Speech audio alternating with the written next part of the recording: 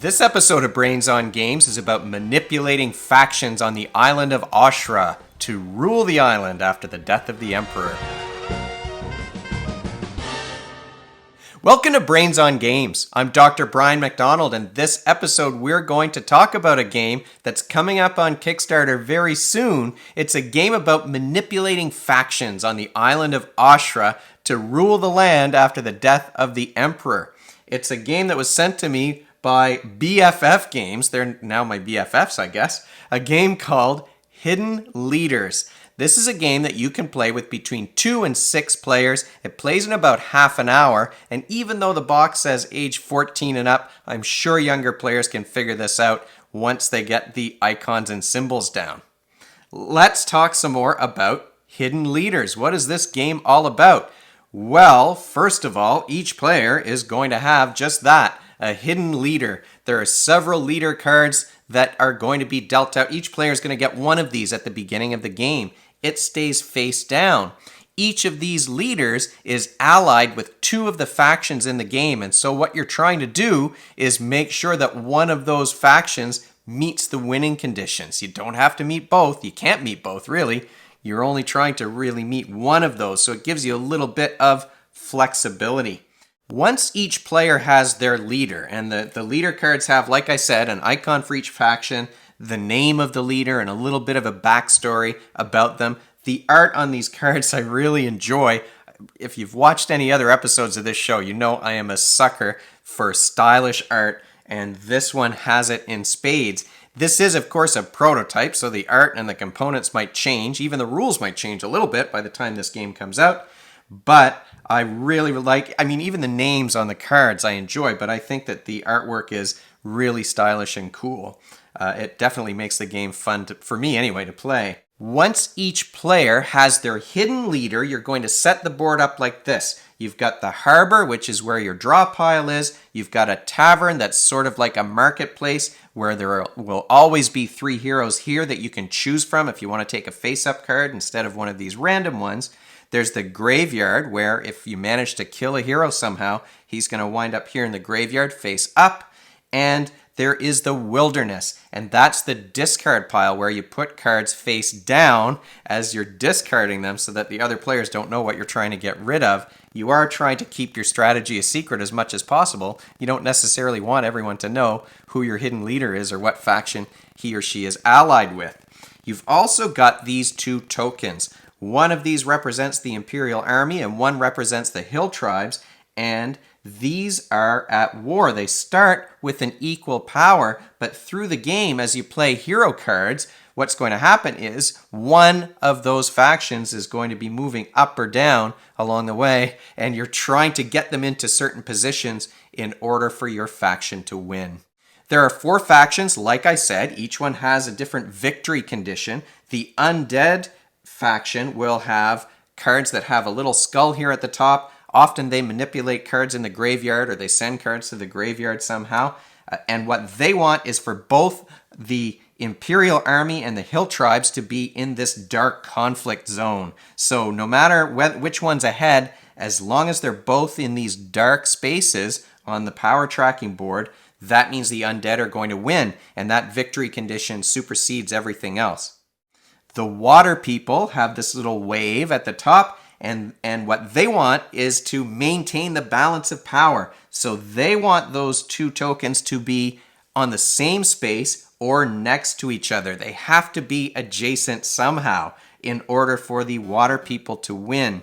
The Imperials want, of course, the Imperial Army to be ahead, and they have to have at least 1 space in between. So they need to be in the lead by at least 2 spaces on the power board for the Imperials to win. And the Hill people, the Hill Tribe, they would like the opposite. They want there to be 1 space with the little mountain, the green mountain ahead of the Imperial Army. So those are the 4 different victory conditions. And if at the end of the game, you've got one of those symbols up here that would indicate that your faction wins, you could be the winner. But you have to have more heroes in your party of that faction than the other players do. How do you get to the end of the game? Well, they have these convenient game end cards as reminders, and it really depends on the number of players. In a 2-player game, like the one that we played, you just need to have one player who has 8 cards, 8 face-up heroes in their party. In a 3 or 4-player game, the requirement is 7, and it goes like that. So as soon as one player has that number of heroes in the party, that's it. It's game over. You look to see the positions of these tokens, and that determines which faction is going to be the winner. So how do you play this game? Well, conveniently, there's little cheat sheets that are card sized that come in the box. You've got an overview of all the icons that you might see on the cards and what they mean. You've got pictures of all the different victory conditions as well, which is really important. You need to have reminders of those just so you can remember what it is that you're going for. And you've got, of course, an overview of how each turn in the game plays out. And how do those turns play out? Well, you start by, once you've got your hidden leader and you've got the board and the tavern set up, you start by dealing out 5 cards. So each player before the game starts is going to have 5 cards in their hand. What they then have to do is place one of those cards face down as a hidden party member. The hidden party members don't count towards that game end hero limit, but they do count if there's a tie. So if my faction wins at the end of the game, those hidden heroes also count towards the number of heroes that I need to be the winner, the final single winner of the game. You'll place one of those 5 cards face down as a hidden party member. You'll place another one face down in the wilderness. That's the discard pile. So anytime you're discarding cards, they're going face down. And then you're starting the game with only 3 cards. Once you're down to your 3 cards, you're ready to start the game. And the first phase of your turn is to either discard up to 3 cards and then draw up to 4, either from whatever combination you want, from the tavern and from the harbor here, or you can play one of these heroes into your party. So for example, I might play the familiar handler. I'll put this out in front so maybe you can see it a little bit better. And the familiar handler will allow me to move this token up 1 on the power board and this one. So they stay the same, but they're moving up closer to that conflict level here. But I also get to put one hand card face down into my party. So I can choose one of these ones, and maybe I want to choose the Imperial one because my hidden leader had that Imperial symbol. My other card is the apathetic water priest, and he's going to move these guys downwards, which might be good because, again, I do have that symbol, the Imperial symbol, and if I do manage to move this back by a couple and the game ends, then my faction will win.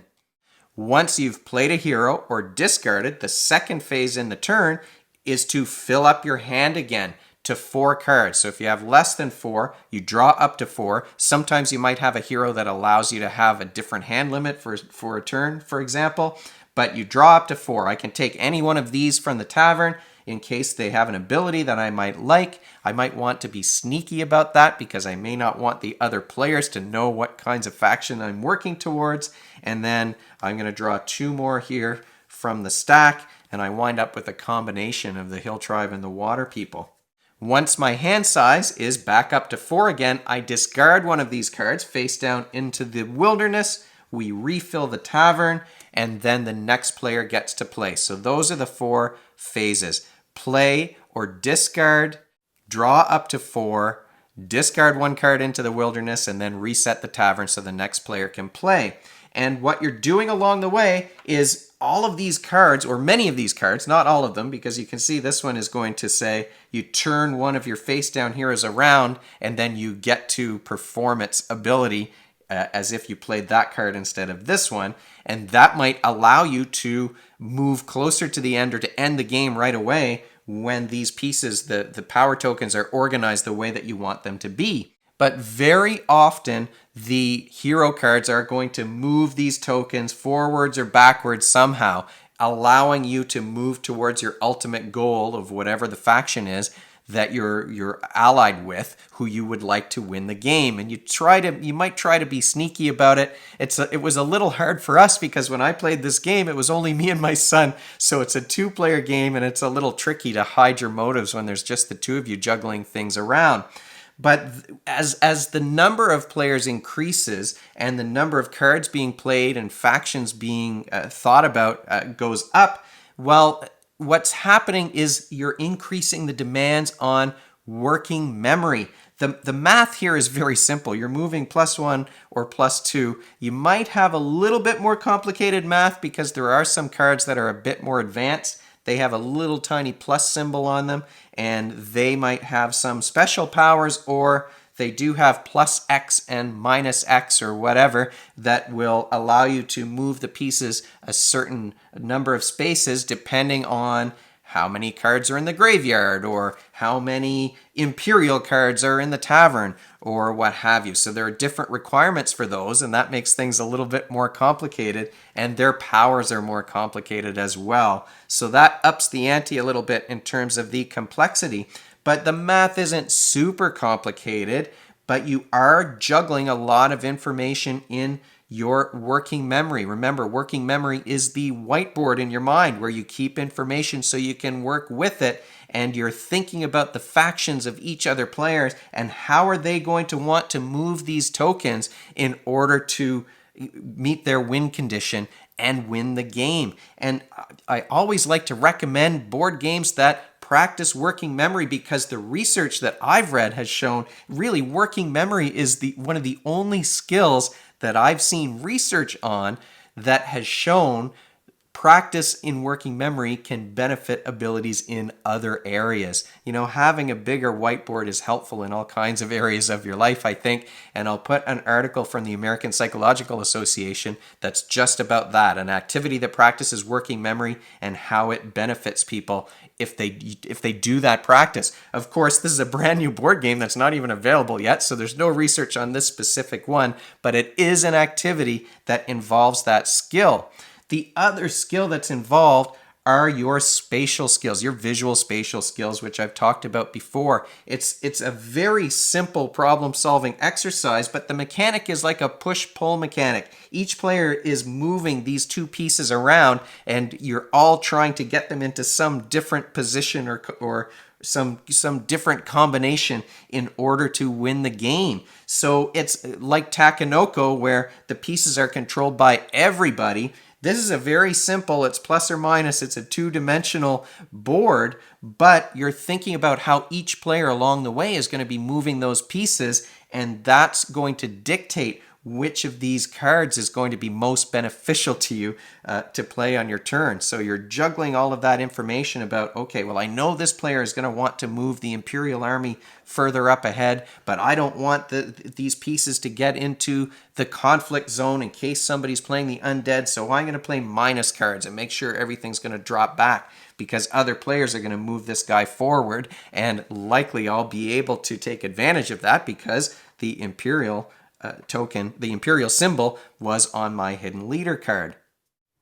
And that is Hidden Leaders in a nutshell. A half-hour game where you're using working memory and visual spatial skills to predict where those meeples are going to end up on the power track and to deduce where the other players are trying to move those pieces.